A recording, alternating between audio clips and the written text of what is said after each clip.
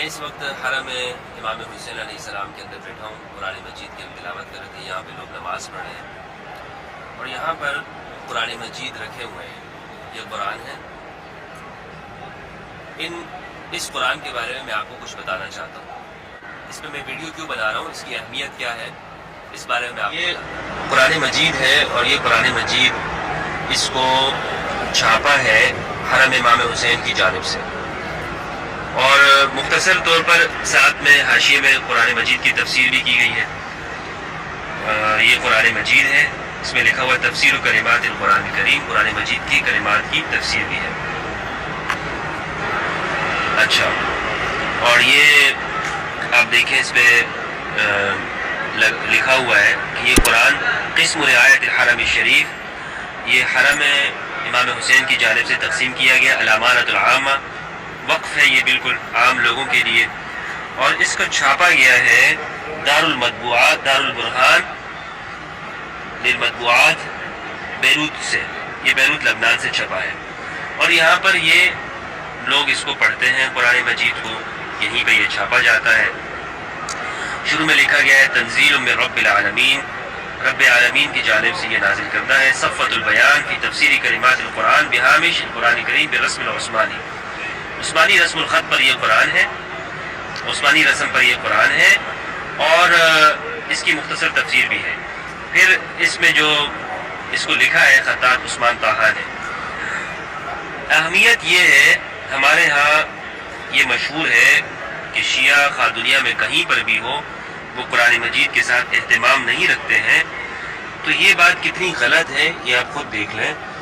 کہ یہ قرآن مجید کی جو ہمارے ہاں 114 صورتیں ہیں، جو سنی کے پاس ہو یا شیعہ کے پاس ہو، وہ قرآن ایک ہے، وہ الگ نہیں ہے۔ آپ دیکھیں اس میں پہلی جو صورت ہے وہ سورۃ الفاتحہ ہے، اور اس کی 7 آیات سورۃ الفاتحہ کی۔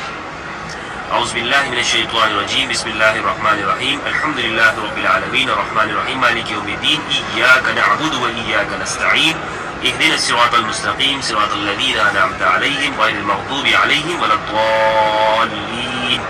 یہاں پر یہ ختم ہو جاتی ہے۔ اس طرح آگے سورۃ البقرہ ہے، تمام صورتیں اس کے اندر موجود ہیں، اور پھر میں آگے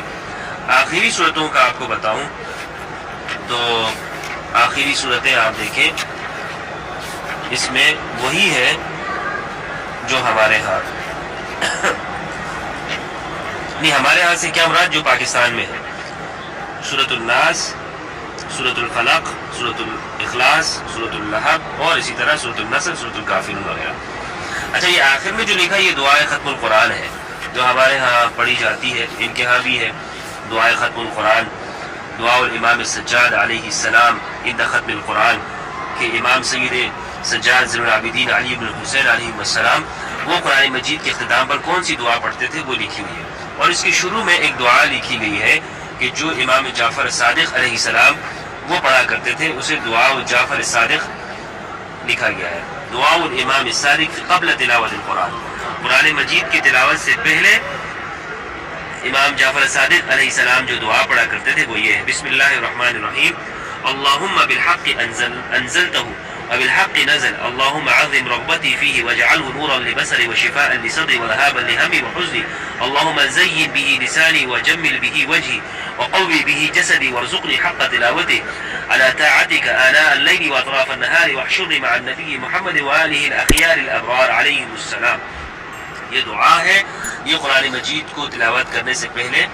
یہ پڑھتے ہیں، اور اس کے بعد پھر سورۃ الفاتحہ، سورۃ البقرہ، سورۃ آل عمران، سورۃ النساء، المائدہ، الانعام، اور اسی طرح پھر آگے چل کر سورۃ الاخلاص، سورۃ الفلق اور سورۃ الناس پر یہ قرآن مجید ختم ہو جاتا ہے۔ تو بتانا یہ تھا کہ یہ یہاں پہ چھپا گیا ہے، یہیں پر چھاپا ہے، قرآن کوئی الگ قرآن نہیں ہے۔ تو یہ جو ہمارے ہاں ایک غلط فہمی ہے، جس کو جھوٹ بول کر پھیلایا گیا ہے، بتایا گیا ہے، اس کا خاتمہ نہایت ضروری ہے۔ اتنی اہم اور مقدس جگہ پہ جہاں پر کوئی تقیہ کا کوئی گمان بھی نہیں ہو سکتا،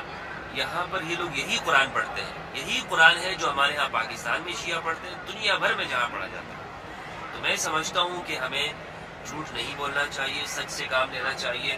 دوسروں کے بارے میں غلط پروپیگنڈا نہیں کرنا چاہیے۔ بہت بہت شکریہ دوستو، اپنا اور اپنے پیاروں کا خیال رکھیے۔ میرا یہی پیغام ہے کہ سچ بولیے، اور سچائی کا پیغام دنیا میں پھیلاتے رہیے تاکہ مسلمانوں میں آپس میں نفرت ہو.